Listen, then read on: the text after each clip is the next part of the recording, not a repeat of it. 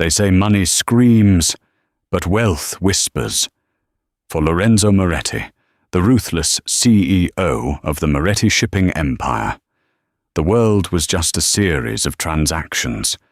He could buy islands, governments, and silence.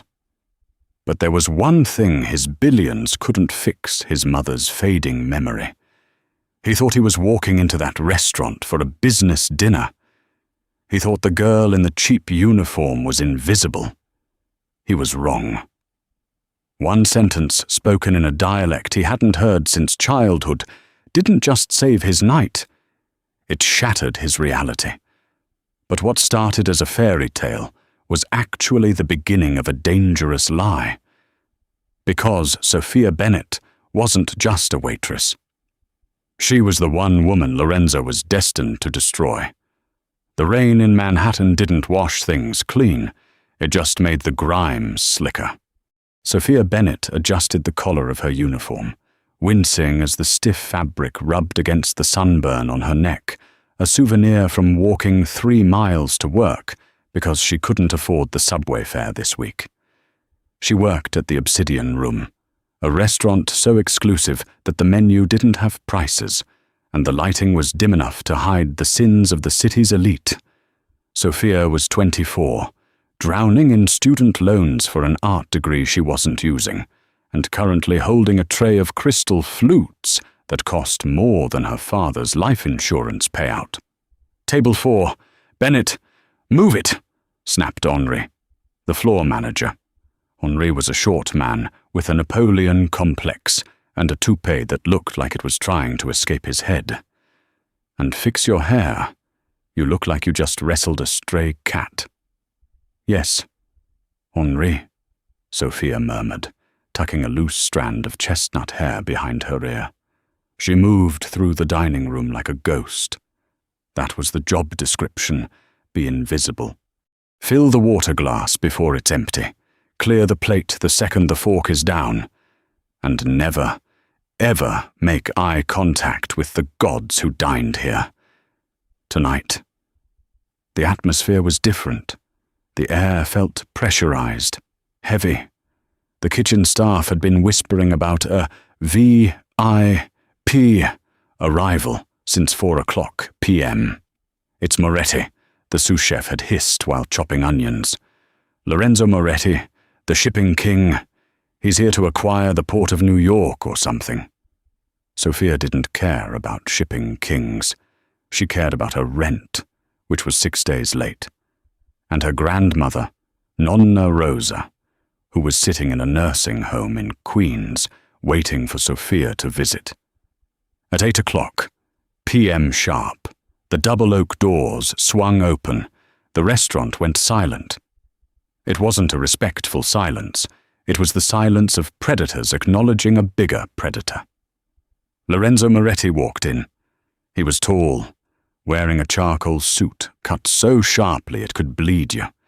His hair was black, swept back, and his eyes were the color of cold espresso. He didn't look at anyone. He didn't need to.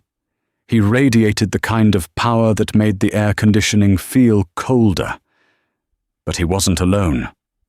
On his arm was an elderly woman, frail and bird-like, wrapped in a cashmere shawl that looked heavy on her thin shoulders. Her eyes darted around the room, wide and terrified. This was Isabella Moretti, the matriarch of a dynasty. But tonight, she looked like a lost child. Trailing behind them was a blonde woman who looked like she had been manufactured in a laboratory for supermodels. That was Clarissa van der Hoven, the daughter of a Dutch banking magnate. The tabloids called her Lorenzo's perfect match. Sophia just thought she looked mean. "Table 4 is theirs," Henri hissed into Sophia's ear, shoving her forward. "Do not mess this up. One mistake, and you are fired before the dessert course." Sophia approached the table. The tension was palpable. Lorenzo was already seated, checking his watch. Clarissa was typing furiously on her phone, but the old woman, Isabella, was trembling. "Water," Lorenzo ordered without looking up. His voice was a deep baritone, clipped and devoid of warmth. Sophia poured the sparkling water. Her hand was steady, despite her exhaustion.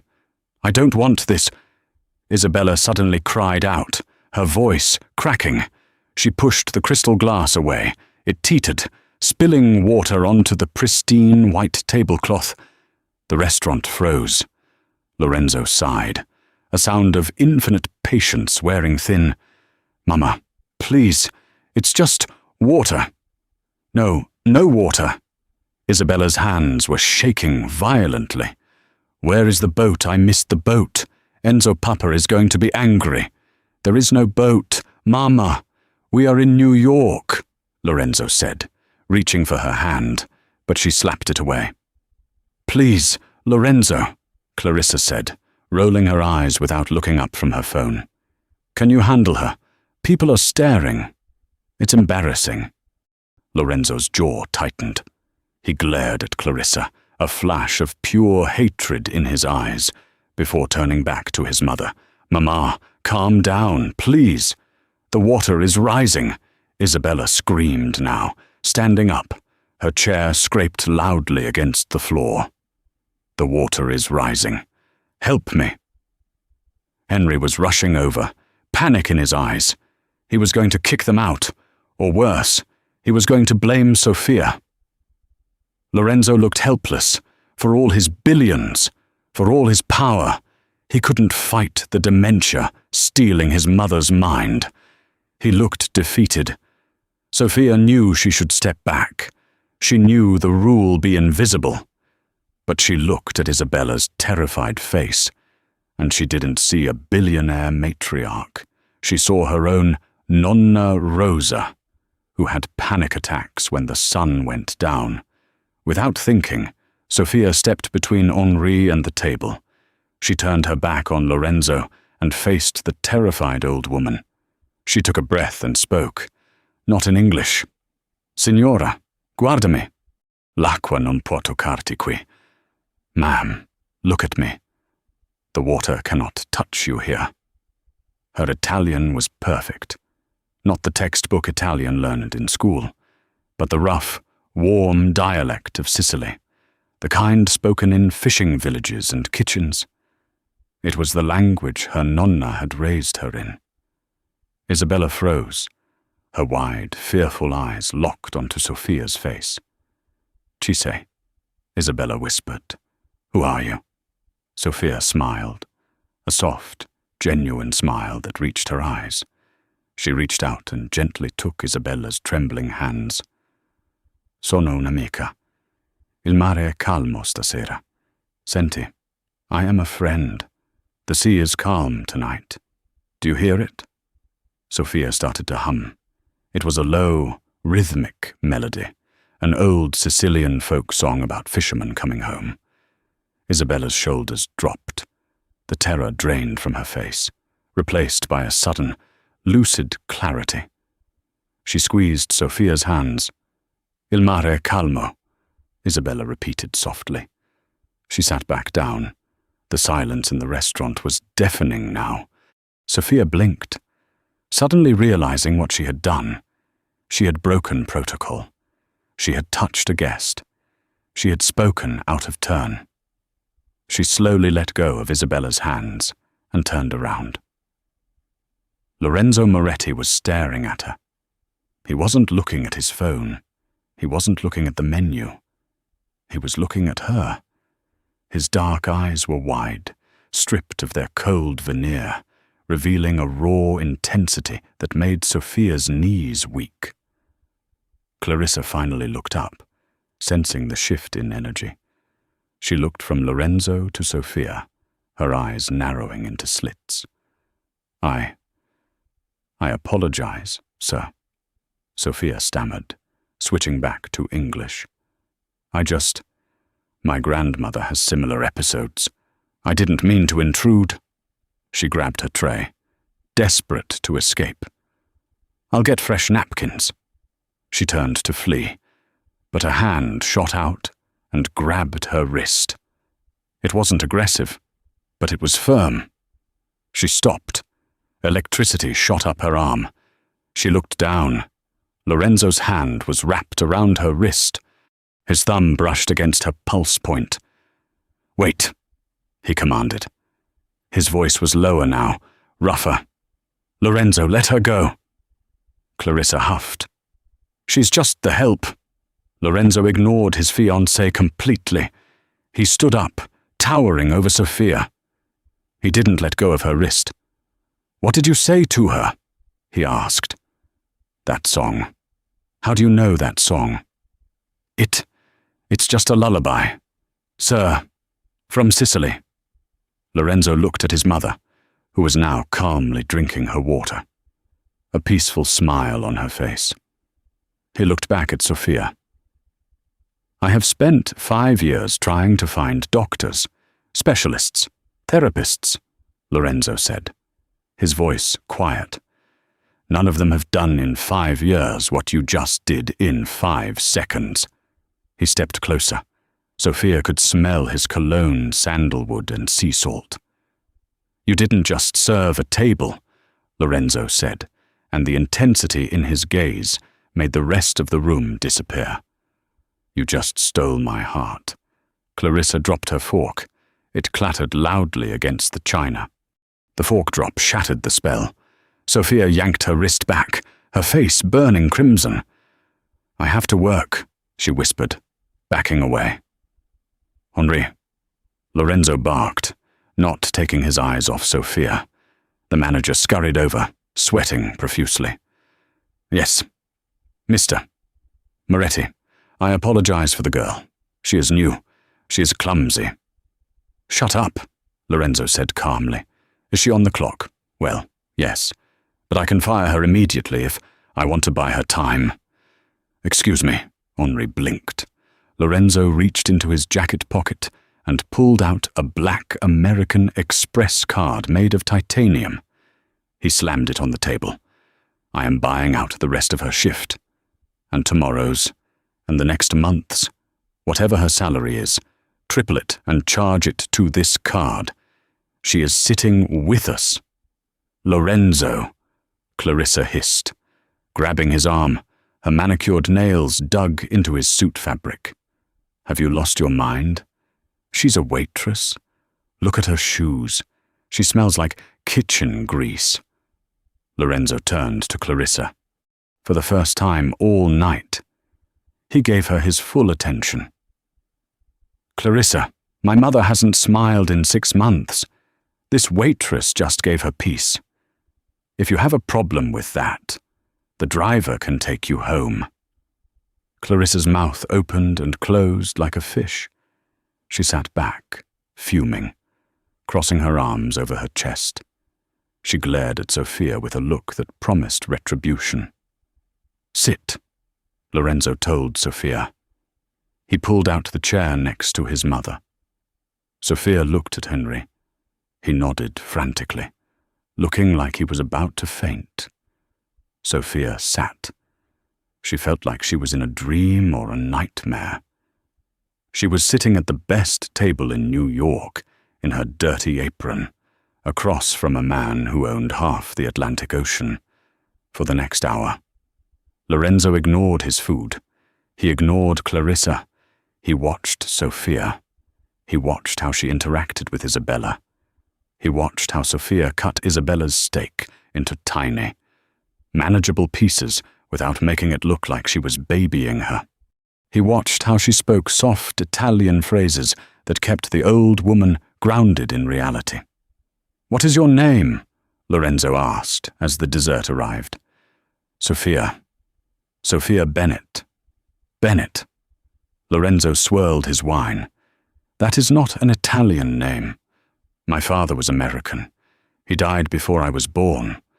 My mother, she left. My nonna raised me." "And where is your nonna now?" Sophia looked down at her hands. "She's in a care facility in Queens, Cedar Grove." Lorenzo frowned.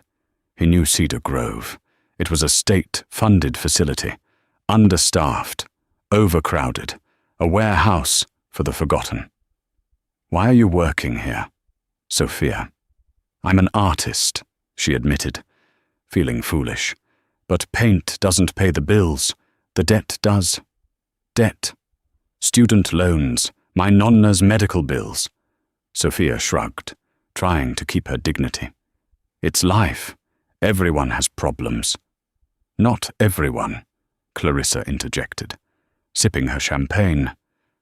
Some of us plan our lives better. Lorenzo didn't even blink at Clarissa's cruelty. He leaned forward, his elbows on the table.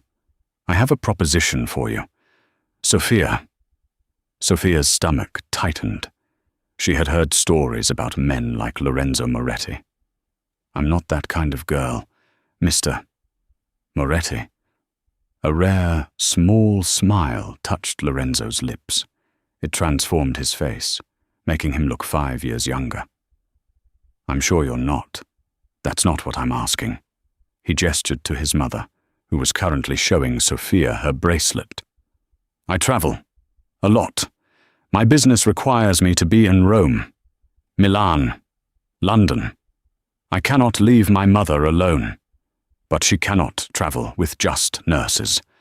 They drug her to keep her calm. They don't understand her. Lorenzo's eyes locked onto Sophia's. She trusts you.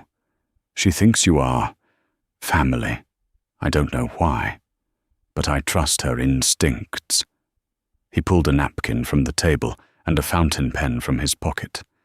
He scribbled a number on it. I want you to be her personal companion. Live in. You will travel with us. You will talk to her, sing those songs, keep her happy. He slid the napkin across the table. Sophia looked at the number. It was a salary, a yearly salary. It was more money than Sophia would make in 10 years at the Obsidian Room.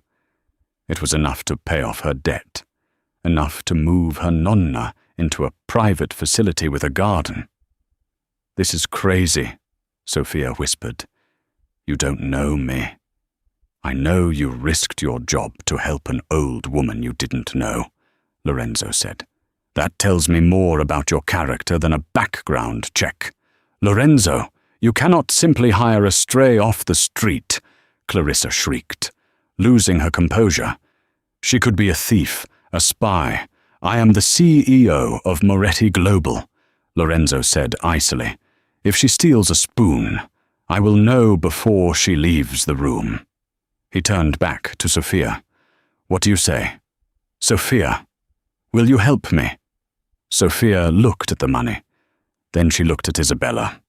The old woman was holding Sophia's hand again, squeezing it tight, as if she was afraid Sophia would vanish.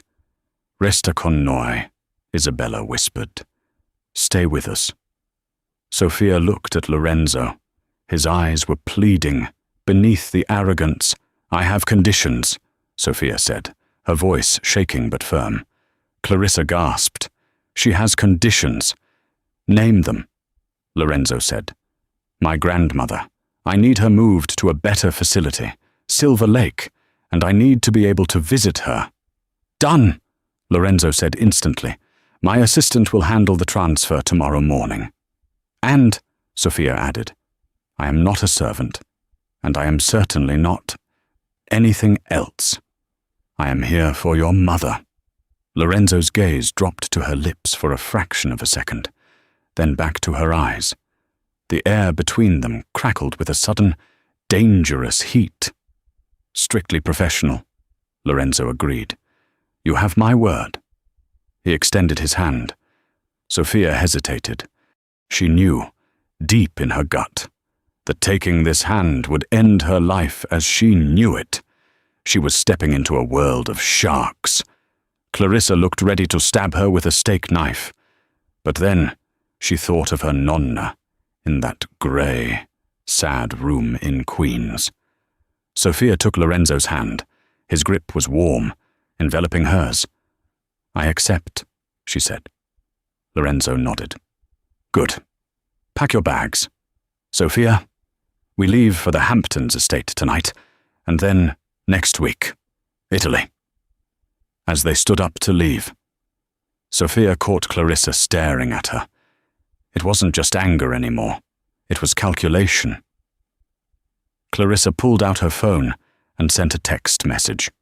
Across the room, Henry the manager watched them go. He picked up the water glass Sophia had poured. "Good luck, little mouse," he muttered. "You're going to need it." The Hamptons estate was not a house. It was a fortress of limestone and glass overlooking the Atlantic. Sophia felt small as the sleek black SUV crunched up the gravel driveway. The silence in the car had been suffocating. Clarissa had spent the entire 2-hour drive pointedly ignoring Sophia, texting furiously on her phone, while Lorenzo worked on a tablet, his brow furrowed in concentration. Isabella, however, had fallen asleep with her head on Sophia's shoulder. "We are here," the driver announced. Lorenzo looked up. His eyes immediately went to his mother, then to Sophia. For a moment, his expression softened. She hasn't slept that peacefully in a car for years. Usually, the motion terrifies her. "She feels safe," Sophia whispered, not wanting to wake her. "She feels safe with you," Lorenzo corrected, his voice low. Clarissa slammed the car door open, breaking the moment. "Finally, I need a drink." The air in this car was stifling. Sophia helped Isabella out, guiding her up the massive steps. The household staff was lined up, a row of black and white uniforms. "This is Mrs. Sterling," Lorenzo said, gesturing to a stern-looking woman with silver hair. "She runs the household. She will show you to your quarters." Clarissa smirked.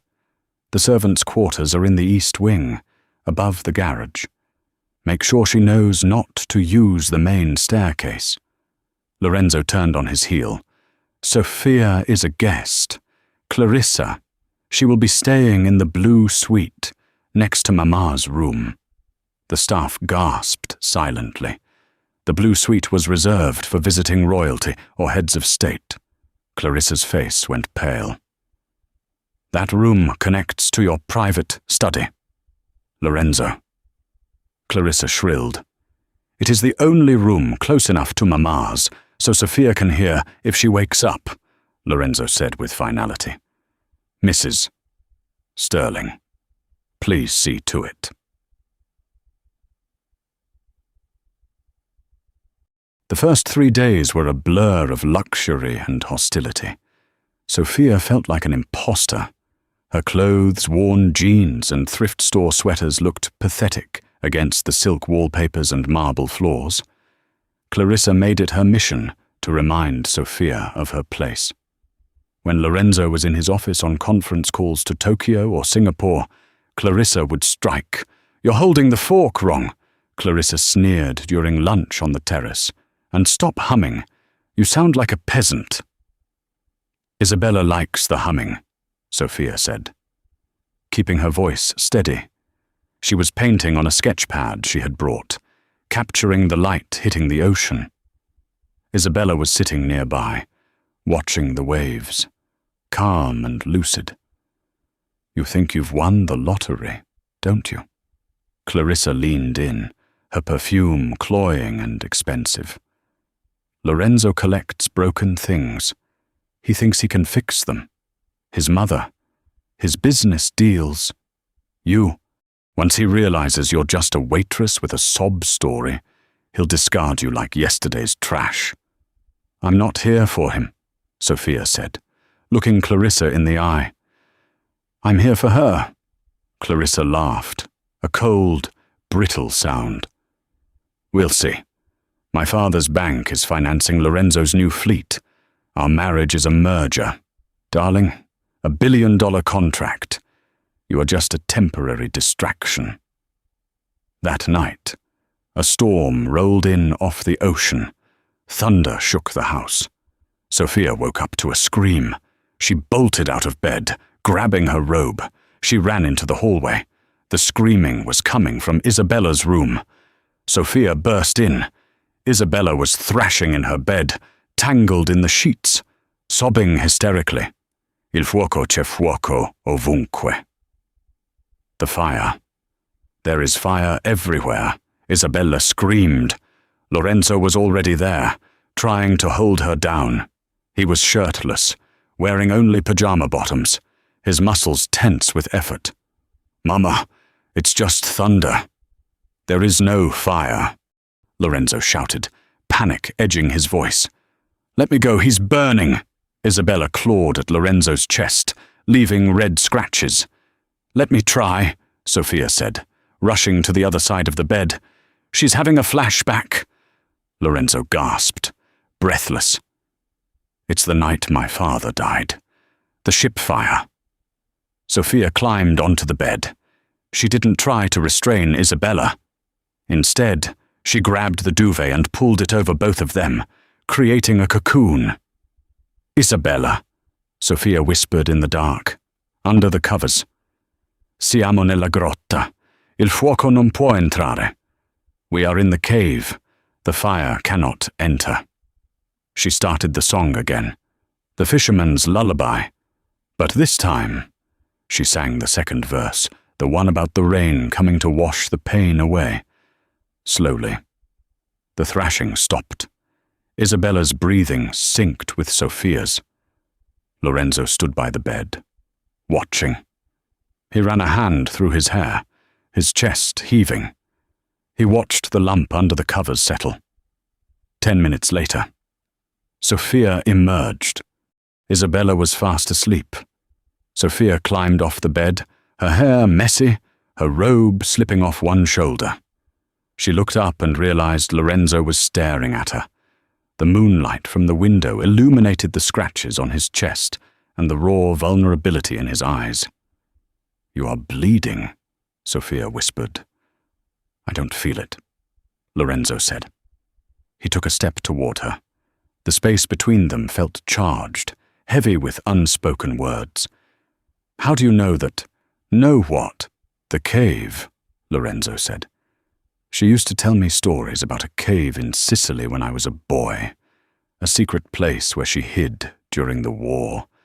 How could you possibly know to say that? I don't know, Sophia admitted. It just felt right. My nonna used to talk about caves too. Lorenzo reached out. His hand hovered near her face, his fingers trembling slightly. He wanted to touch her. Sophia held her breath, her heart hammering against her ribs. Sophia, he murmured. Lorenzo. A voice cut from the doorway. Clarissa stood there, wearing a silk negligee. Her arms crossed. Her eyes darted from Lorenzo's bare chest to Sophia's disheveled appearance. Is everything okay? Clarissa asked, her voice dripping with ice. I heard screaming, but it seems quiet now. Lorenzo dropped his hand, his face hardening back into the mask of the CEO. Go to bed, Clarissa. Mama had a nightmare. Sophia handled it. I can see that, Clarissa said, her eyes narrowing at Sophia. You're very hands-on, aren't you? Dear. Sophia pulled her robe tighter. Good night, Mr. Moretti. She hurried back to her room, her heart racing. She knew two things for certain. Lorenzo Moretti was dangerous to her heart, and Clarissa van der Hoven was going to declare war. 2 days later, they were in Italy. The private jet touched down in Naples, and a helicopter whisked them to the Amalfi coast. The Moretti ancestral home, Villa del Mare, hung off the side of a cliff, a sprawling palace of terracotta and vines overlooking the sapphire Tyrrhenian Sea. The air here smelled different lemons, salt, and history. As they settled in, the dynamic shifted. In New York, Lorenzo was a businessman. Here, he was a king. The local staff treated him with reverence. But it was Isabella who changed the most. She seemed clearer, happier. The sea air revived her. Tonight is the gala, Lorenzo announced at breakfast on the terrace. "The annual fundraiser for the restoration of the coastline. Everyone will be there. Senators, designers, my competitors." He looked at Sophia. "I need you there. Mama will be attending for an hour, and I need you by her side." I don't have anything to wear," Sophia said, looking down at her jeans. "That has been taken care of," Lorenzo said. He snapped his fingers. A team of stylists appeared, carrying garment bags. Clarissa, who was eating a grapefruit with surgical precision, looked up. "Don't bother with the couture, Lorenzo. She'll just look like a child playing dress-up. Just put her in a nice black suit so she blends in with the catering staff." "She will wear red," Lorenzo said, his eyes locking with Clarissa's. "And she will walk in with us, through the front door." Clarissa's fork clattered onto her plate. "Red, that is my color." "Lorenzo." "Then wear gold," he replied smoothly. Standing up, "I have meetings. See you at 7. The dress was breathtaking. It was a deep crimson silk that draped over Sophia's curves like liquid fire. It had a modest neckline, but a back that plunged dangerously low. When Sophia stepped out onto the terrace that evening, the sun was setting, painting the sky in purples and oranges. Lorenzo was waiting. He was wearing a tuxedo that fit him like a second skin. He was adjusting his cufflinks when he heard her footsteps. He turned around. He stopped. His hands fell to his sides. He didn't say a word. He just drank her in. "Is it too much?" Sophia asked, suddenly shy. Lorenzo walked over to her. He stopped inches away, careful not to touch her, as if she were made of glass. "You look," he said, his voice husky, "like a queen." "Ready to go." Clarissa's voice shattered the mood.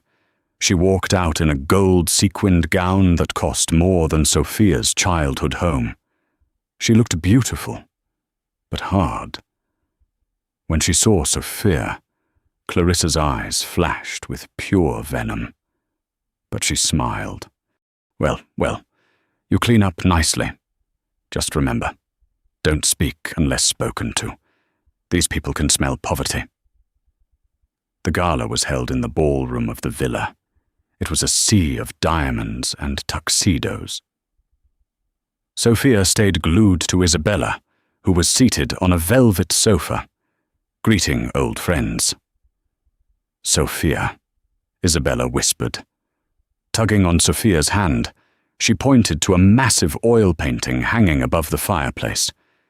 It depicted a beautiful young woman with dark hair and sad eyes, standing on a boat.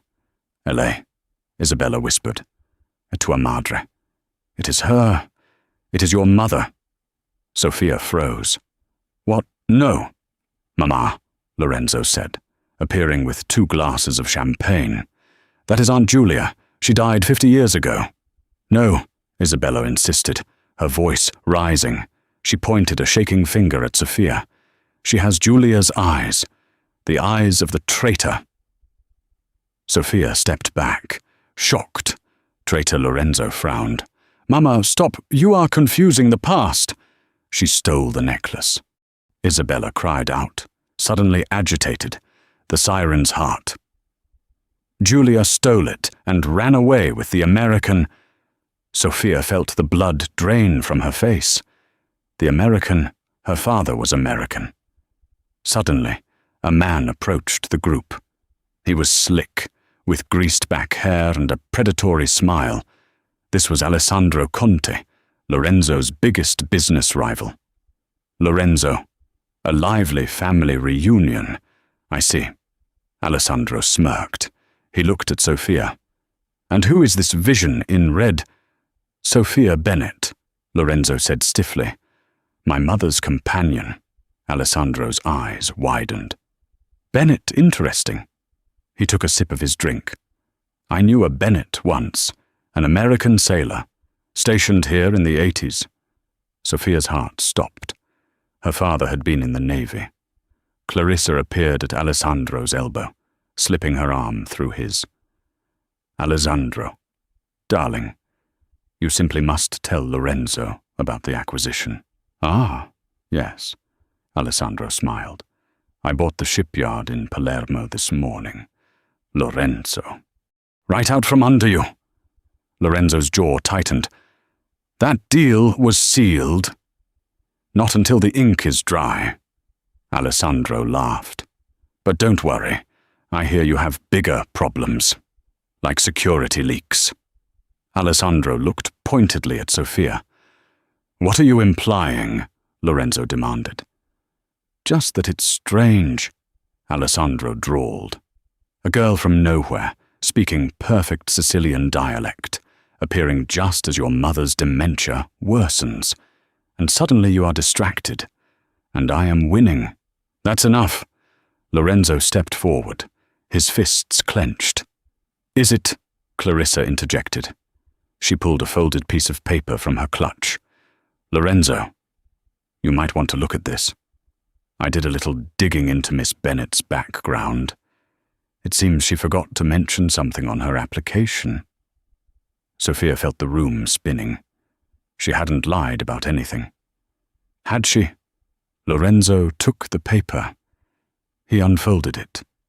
His eyes scanned the document. His expression changed from anger to cold. Hard stone. He looked up at Sophia.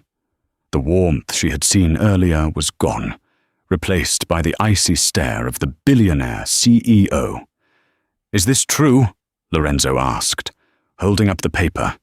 It was a copy of a birth certificate. What? Sophia whispered. Your father, Lorenzo said, his voice deadly quiet. His name was Thomas Bennett, but his mother, your grandmother.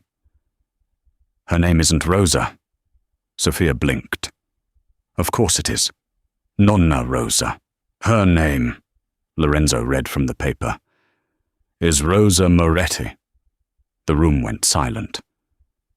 She is the daughter of the maid who worked here 50 years ago, Clarissa announced triumphantly to the gathering crowd. The maid who helped Julia Moretti steal the family heirloom diamond, the siren's heart, and run away to America. Clarissa stepped closer to Sophia. You aren't a companion, sweetie. You're a con artist. You came here to find the rest of the treasure, didn't you? No, Sophia gasped, tears welling in her eyes. I didn't know, I swear. I didn't know. She looked at Isabella. The old woman was staring at her with fear. Traditrice, Traitor Isabella whispered. Sophia looked at Lorenzo. Please believe me. Lorenzo crumpled the paper in his fist. He looked at Sophia, and for a second, she saw conflict in his eyes. He wanted to believe her, but the evidence was damning. Go to your room, Lorenzo commanded. Pack your things. You leave in the morning. Lorenzo, go, he roared, a sound that echoed off the frescoed ceiling. Sophia turned and ran.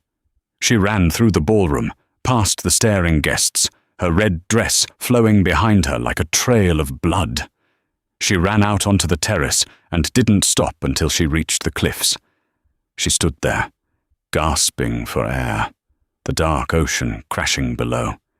She had lost everything, her job, her reputation, and the man she had foolishly started to love. But as she wiped her tears, she heard a sound, not from the party, but from the shadows of the garden. Psst! Sophia! She turned. It was Henri, the manager from the Obsidian Room in New York. What was he doing here? He was wearing a waiter's uniform. Henri. Listen to me, Henri whispered, looking around nervously. You are in danger. Great danger. It wasn't your grandmother who stole the diamond. What? It was Lorenzo's father, Henry hissed. And Clarissa knows. She planted that paper.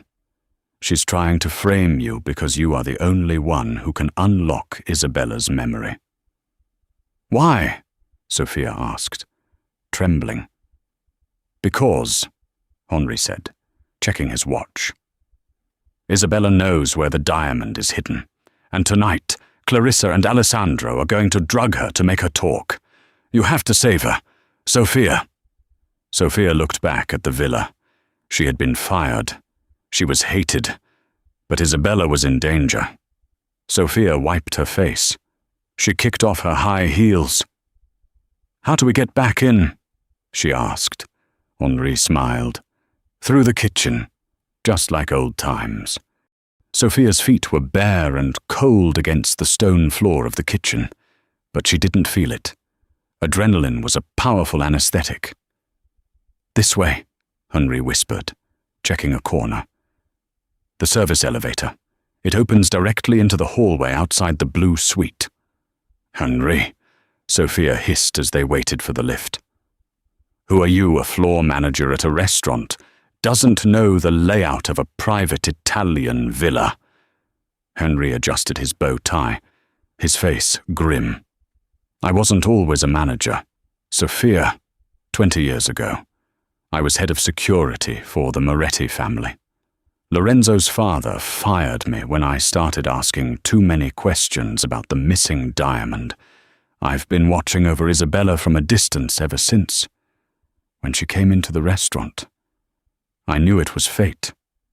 The elevator dinged softly. The doors slid open. The hallway was empty. The gala was in full swing downstairs. The sound of a string quartet drifted up through the floorboards, a haunting melody that felt like a funeral march. Guard the door, Sophia whispered. If anyone comes, stall them. I'll buy you 5 minutes. Henri nodded. Go. Sophia ran to Isabella's door. It was slightly ajar. She pushed it open silently. The room was dim, lit only by the moonlight streaming in from the balcony. Isabella was sitting in her armchair, looking frail and confused. Standing over her was Clarissa. Clarissa held a glass of water in one hand and a small, crushed powder in the other. Drink it, you old hag, Clarissa hissed, her voice unrecognizable from the sweet tone she used in public. It will make you sleep, and when you wake up, you'll be so confused you'll sign the power of attorney over to Lorenzo, and then to me. No, Isabella whimpered, pressing her lips together. I want Sophia. Where is the girl who sings? She's gone. Clarissa snapped. She stole from you. Remember now, drink. Clarissa grabbed Isabella's jaw, forcing her mouth open. Get away from her. Sophia didn't think. She launched herself across the room. She tackled Clarissa, knocking the glass from her hand. It shattered against the marble floor, the water soaking into the expensive Persian rug. Clarissa shrieked, stumbling back. She lost her balance and fell onto the bed. You!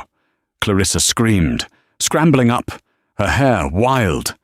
You little gutter rat, I'll have you arrested for assault. Sophia ignored her. She knelt beside Isabella, checking her face. Isabella, are you okay? Did you swallow anything? Isabella was trembling, clutching Sophia's arm. L'Angelo, she whispered. The angel. Sei tornata. You came back. Security, Clarissa yelled, running to the door. Help murder. The door slammed open before Clarissa could reach it. Lorenzo stood there. He was breathless, his tuxedo jacket unbuttoned, his eyes wild. He had run all the way up the stairs. Behind him stood Henri, holding a small digital recorder. Lorenzo, Clarissa cried, throwing herself into his arms. Thank God she broke in. She attacked your mother. She tried to poison her. Lorenzo didn't move to hold her. He stood like a statue. He looked at Sophia. who was kneeling on the floor amidst shattered glass, holding his mother's hand. Then he looked at Clarissa. "Henri," Lorenzo said, his voice terrifyingly calm. "Play it." Henry pressed a button on the recorder. Clarissa's voice filled the room, tinny but unmistakable. "Drink it, you old hag. It will make you sleep. And when you wake up, you'll be so confused you'll sign the power of attorney." Clarissa froze. The color drained from her face, leaving her looking like a wax doll. She stepped back from Lorenzo as if he were on fire. "Lorenzo, wait," Clarissa stammered. That's doctored. It's A. This man is a fraud." Lorenzo walked over to the shattered glass. He knelt down and dipped a finger into the puddle of water. He brought it to his nose. "Bitter almond," Lorenzo said. He looked up at Clarissa. "Phenobarbital. It's what you take for your anxiety, isn't it?" He stood up, towering over her. "You are going to drug my mother," Lorenzo said, his voice shaking with suppressed rage. "To get my company, to help Alessandro." "It was just business," Clarissa screamed, her facade cracking completely. "You don't love me, you never did. You're obsessed with this. This waitress, and your mother is a burden. I was doing you a favor." "Get out," Lorenzo whispered. "What?" "Get out!" Lorenzo roared. The sound was so loud it seemed to shake the villa's foundations. "Before I throw you off the balcony myself." Clarissa flinched. She looked at the door, then back at them with a sneer of pure hatred. "You're a fool, Moretti. Alessandro already has the shipyard, and he knows about the cave. By midnight, the siren's heart will be ours, and your legacy will be ashes." She spun on her heel and stormed out, shoving Henri aside. Silence descended on the room. Lorenzo turned to Sophia. He looked at her bare feet, her disheveled hair, the fierce protectiveness in her eyes as she held his mother. He dropped to his knees in front of her. He didn't care about the glass shards cutting into his suit trousers. "Sophia," he choked out. I sent you away. I believed her." "You were protecting your family," Sophia said softly. "It's what you do." "No." Lorenzo shook his head, taking her hands in his. "I was blind. I didn't see the real treasure standing right in front of me." He kissed her hands, his lips warm and desperate. "Can you forgive me?" "Later," Sophia said, pulling him up. "Right now, we have a problem. Clarissa said Alessandro knows about the cave. They are going for the diamond." Isabella suddenly stood up. She looked clearer than she had in years. The adrenaline of the attack seemed to have shocked her brain into focus. "The tide," Isabella said clearly in English. "The tide is low at midnight. That is the only time the cave opens." She walked to the window and pointed at the cliffs. "We must go," Isabella commanded. "The siren's heart is not just a diamond. Lorenzo, it is the proof." "Proof of what?" "Mama." "Proof that your father was not the man you thought he was," Isabella said sadly, "and proof that Sophia's grandmother was the only one who tried to save us." The night was pitch black, the moon obscured by thick storm clouds gathering over the Tyrrhenian Sea. The wind whipped Sophia's hair across her face as they navigated the treacherous path down the cliffside. It was a strange party, a billionaire in a ruined tuxedo, a waitress in a torn red gown, an elderly woman in a shawl, and an ex-security guard holding a flashlight. "Careful, Mama," Lorenzo said, guiding Isabella over a slick rock. "I know this path better than you." "Enzo," Isabella said, her voice strong against the wind. "I hid here during the raids. I hid here when your father drank too much." They reached the bottom. The sea crashed violently against the rocks, spraying them with salt water. But there, just as Isabella had said, was a dark, gaping mouth in the cliff face, a cave revealed only by the low tide. "Alessandro isn't here yet," Henri noted, shining his light into the darkness. "But he will be. His boat is likely coming around the point." "We have to hurry," Sophia said. They entered the cave. It was cold and damp, smelling of ancient salt and secrets. The flashlight beam danced over limestone walls covered in moss. "Here," Isabella said, stopping at the back of the cave. She pointed to a loose stone near the ground, marked with a faint carving of a mermaid. Lorenzo knelt. He pried the stone loose. Behind it was a hollow space. He reached in and pulled out a heavy, rusted iron box. "Open it," Isabella whispered. Lorenzo struggled with the rusted latch, then used a rock to smash it open. Inside, resting on rotting velvet, was a necklace. It was magnificent, a blue diamond the size of a quail's egg, surrounded by sapphires. Even in the dim flashlight beam, it seemed to glow with an inner fire, the siren's heart. But underneath the necklace was a stack of letters, preserved in oilcloth. Lorenzo picked them up. "Read the top one," Isabella said. Lorenzo unfolded the yellowed paper. His eyes scanned the handwriting. His face went pale. It's a confession," Lorenzo whispered, "from my father." He looked at Sophia, his eyes filled with pain. "He admits to gambling away the family fortune in Monte Carlo. He stole the diamond himself to pay the debts. When the insurance investigators came, he planted the empty case in the maid's room. In Rosa's room." Sophia gasped. "He framed her. He ruined her life to save his own reputation," Lorenzo said, his voice cracking. "And my mother, you knew, I suspected," Isabella said, tears streaming down her face. "But I was afraid. I was young, and I had a baby. You, Lorenzo. If I spoke, he threatened to take you away. So I helped Rosa escape. I gave her money and told her to go to America. I promised to keep the diamond safe until the truth could come out. But then, my mind, it started to go." She looked at Sophia.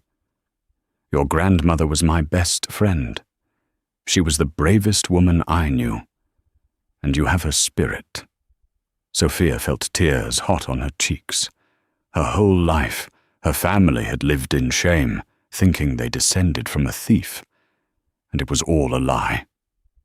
"We have to take this to the police," Lorenzo said, clutching the letters. "We have to clear her name." "How touching!" A voice echoed from the cave entrance. They spun around. Alessandro stood there, silhouetted by the storm outside. He was holding a flare gun. Behind him were two large men, hired muscle, and Clarissa, shivering in her gold dress, looking vindictive. The prodigal son finds the truth. Alessandro slow-clapped, and destroys his own company in the process, if you release those letters.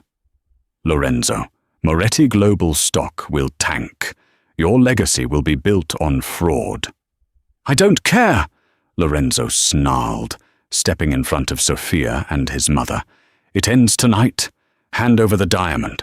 "Lorenzo," Alessandro commanded. "And the letters. I'll burn the letters. Keep the diamond, and you can keep your little waitress. No one has to get hurt." "No," Sophia said, stepping forward. "Sophia, stay back," Lorenzo warned.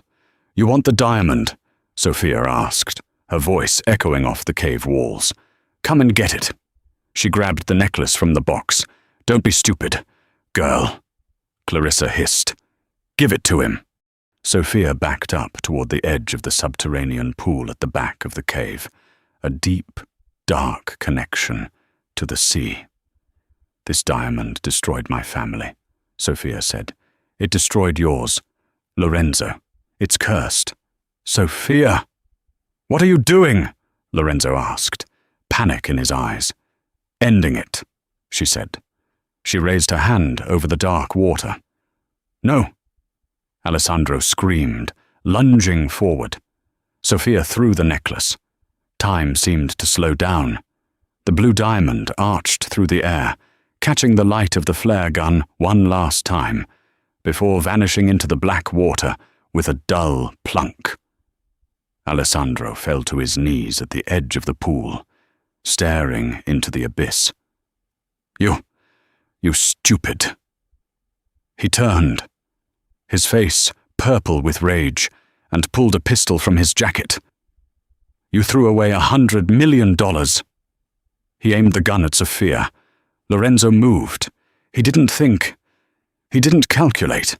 He just moved. He threw himself in front of Sophia just as the gun went off. Bang! The sound was deafening in the enclosed space. Lorenzo jerked back, slamming into Sophia. They both fell to the hard ground. Lorenzo! Sophia screamed. Lorenzo lay still, a red stain spreading rapidly across the white of his shirt. Alessandro looked at the gun, then at the fallen billionaire. Panic set in. This wasn't a corporate takeover anymore. It was murder. Let's go, Alessandro yelled to his men. Leave them. The tide is coming in. They'll drown anyway. Alessandro, Clarissa, and the thugs scrambled out of the cave, leaving them in darkness. Sophia pressed her hands against Lorenzo's chest, trying to staunch the flow of blood. Lorenzo, look at me. Stay with me. Lorenzo coughed, blood bubbling on his lips. His eyes fluttered open. He looked at Sophia. Did you really throw it? He wheezed.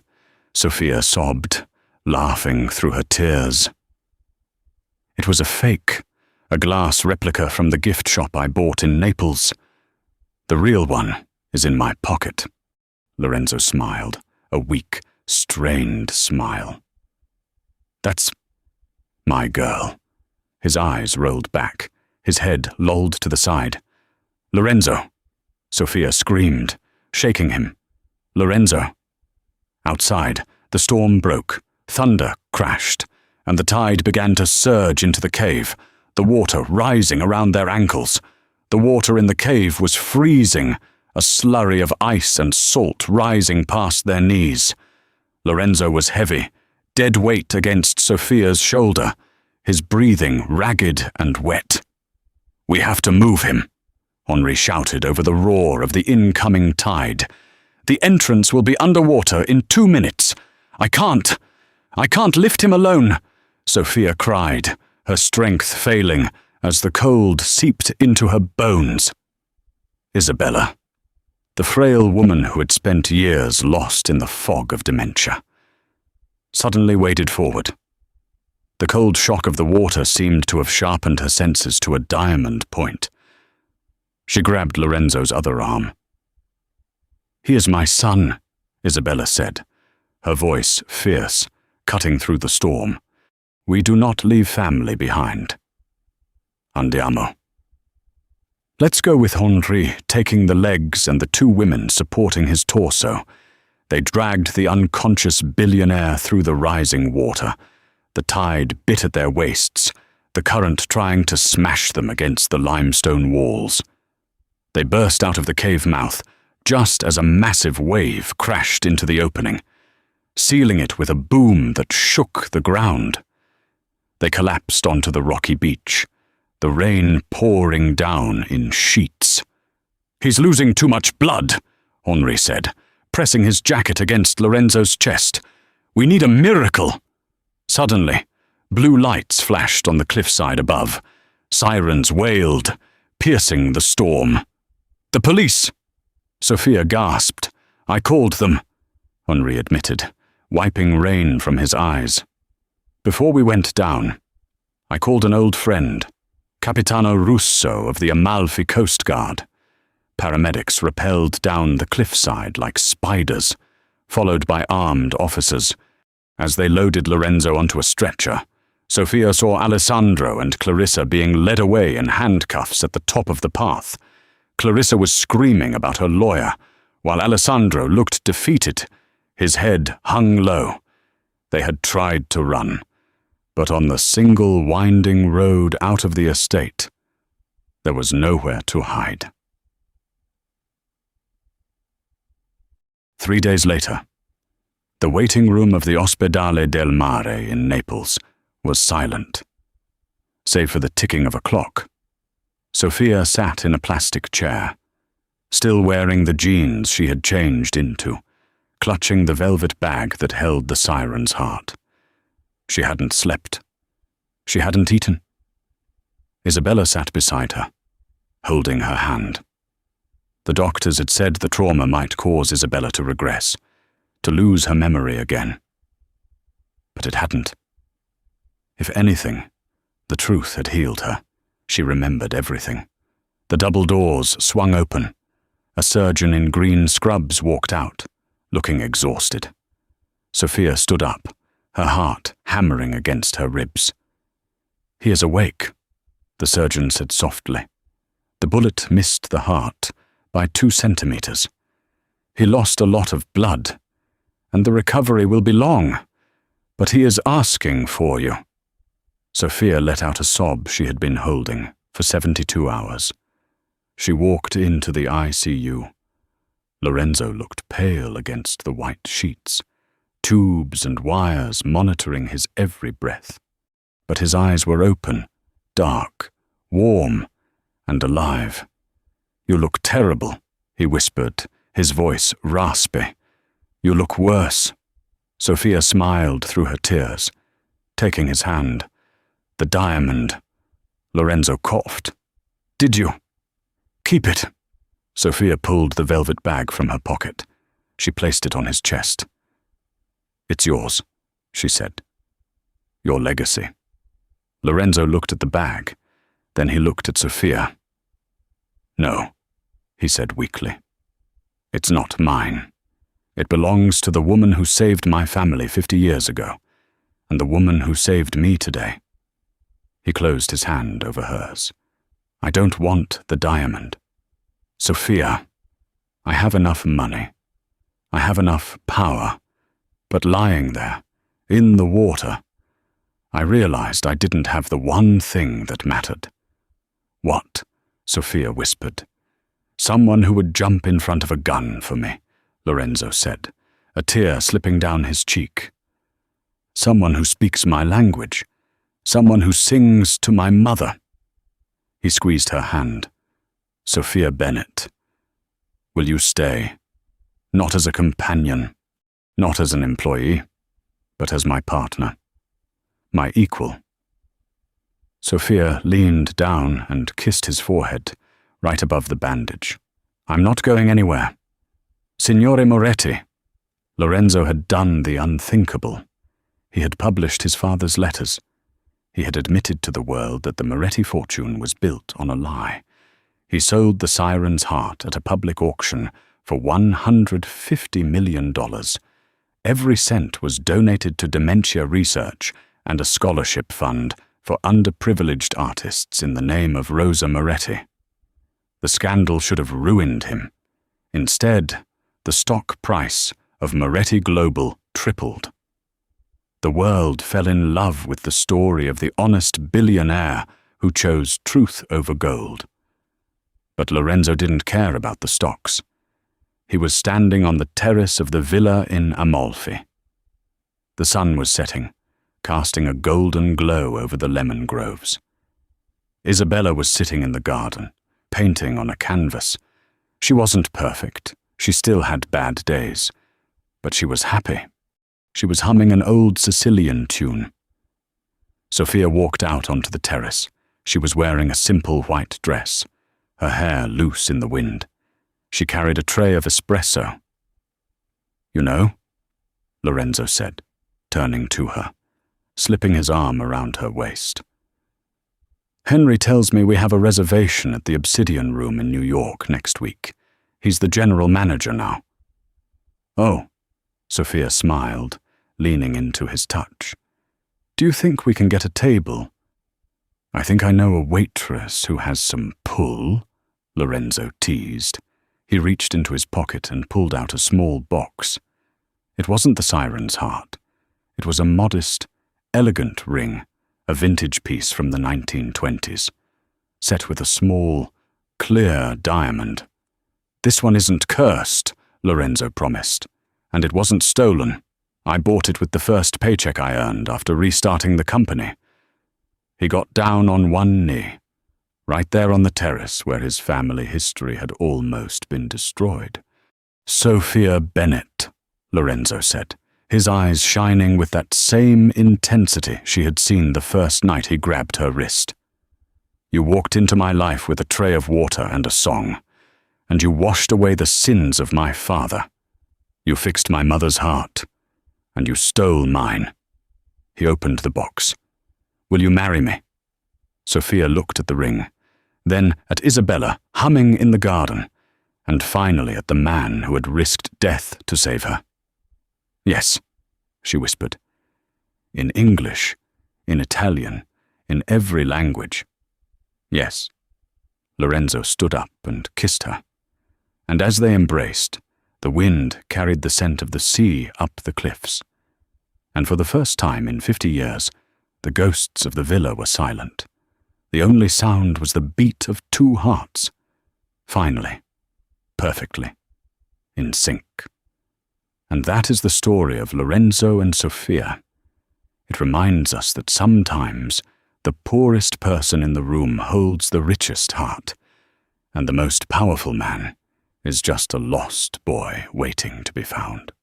They proved that truth, no matter how painful, is the only foundation for real love. If this story touched your heart, please hit the like button. Subscribe and ring the bell so you never miss a new episode of our daily drama.